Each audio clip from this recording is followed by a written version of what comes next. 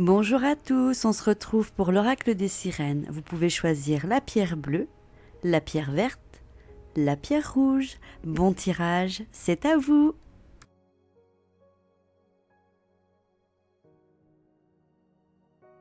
On va découvrir la première carte, amoureux, amoureuse.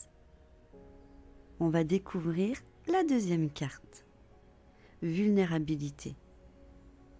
Troisième carte, le chant de la sirène.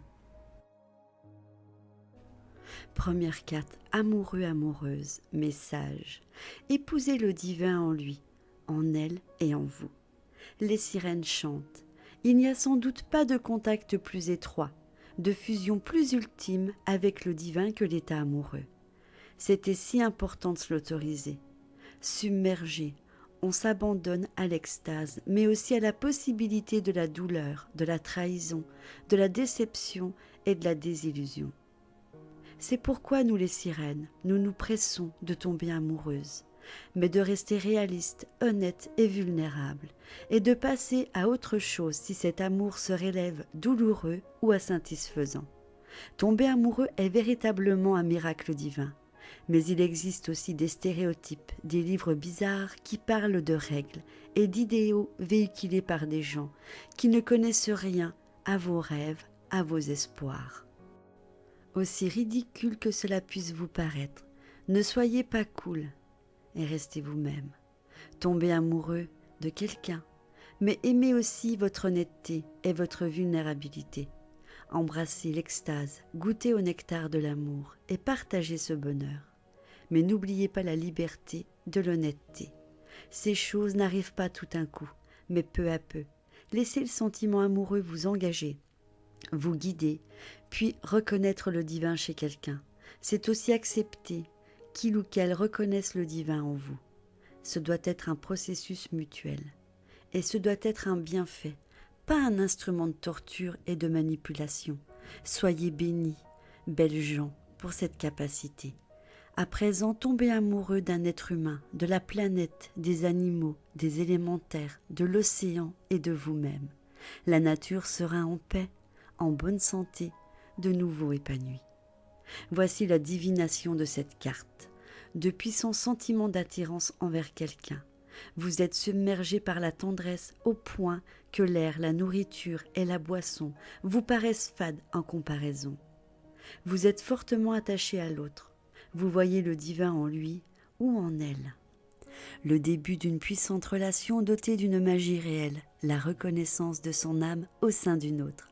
Toutefois, il est sage de bien vous connaître et d'être capable de déchiffrer vos propres schémas. Vous cherchez à communiquer et établir un lien étroit avec quelqu'un d'autre. Vous vous sentez très proche de quelqu'un et vous éprouvez un sentiment de dissolution dans le grand tout. Une époque de douceur, d'insécurité, de beauté, d'excitation, de nouveauté et d'incertitude. Vous vous sentez très vivant, très en dehors de la routine et vous pourriez même approcher ce qu'on appelle la folie. L'intervalle avant la connaissance, quand l'idéalisation de l'autre est à son maximum. Cette carte signale aussi le désir d'une sexualité sacrée, érotique, qui façonne des âmes profondément en phase. L'amour est délicieusement spirituel et sensuel. Vulnérabilité. Ouvrez votre cœur, n'ayez pas peur de la tendresse. Les sirènes chantent. Selon nous, c'est le dilemme moderne. Vous voulez éviter la souffrance, la détresse émotionnelle, alors que ce qui lui permet d'exister est une de vos plus grandes forces. La vulnérabilité est magnifique et elle nous attire tous. Et pourtant, vous vous sentez gêné de ressentir de la vulnérabilité. Et vous faites de votre mieux pour cacher votre tendresse. Vous vous sentez agressé du simple fait d'être ouvert et plein de confiance, capable d'aimer et d'être gentil. Mais comme ces qualités humaines sont adorables et séduisantes. Voici la divination de la carte. Nous avons tous besoin d'intimité. C'est un besoin primitif ancré au cœur même de notre instinct de survie. À l'époque, en état de conclusion, avant de faire un choix, on était jeté au pâturage aux requins. On devenait une ermite pour acquérir force et sagesse. Ces épreuves héroïques sont les clés de notre force intérieure, de notre sentiment de lien avec le monde. Ce qui les rend magnifiques et héroïques, c'est que la communication peut faire autant souffrir que l'éloignement. Cette carte vous incite à vous ouvrir après avoir établi la confiance, à afficher vos blessures et à faire part de votre vulnérabilité.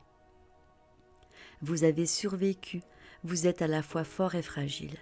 Un lien intime ne peut se construire que sur une connaissance intime de soi. Pour ce faire, il faut examiner en détail ce qu'on a rejeté et dénié, réintégrer et nourrir ce qu'on a réprimé en soi. Une thérapie et beaucoup de vulnérabilité sont parfois nécessaires pour y parvenir. La vulnérabilité vous permettra de vous libérer, de vous aimer et d'attirer les autres grâce à l'ouverture de votre cœur. Elle peut revenir de temps en temps car c'est un thème récurrent de la vie. Troisième carte, le chant de la sirène. Message, appeler, invoquer, faire entendre sa voix. Les sirènes chantent.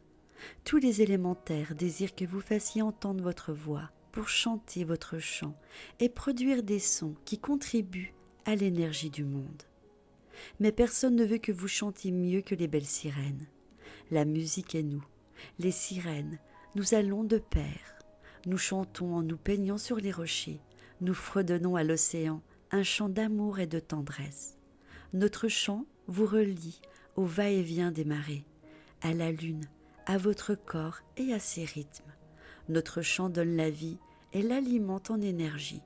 Quand vous chantez, vous nourrissez aussi le monde, peu importe ce qu'on vous dit de votre voix. Certains disent que c'est en chantant qu'on peut découvrir les mondes et entrer dans le royaume des fées, des magiciens et des sirènes. Ils disent que le son détient littéralement la clé de cette ouverture, par son transcendance ou la traversée de la réalité.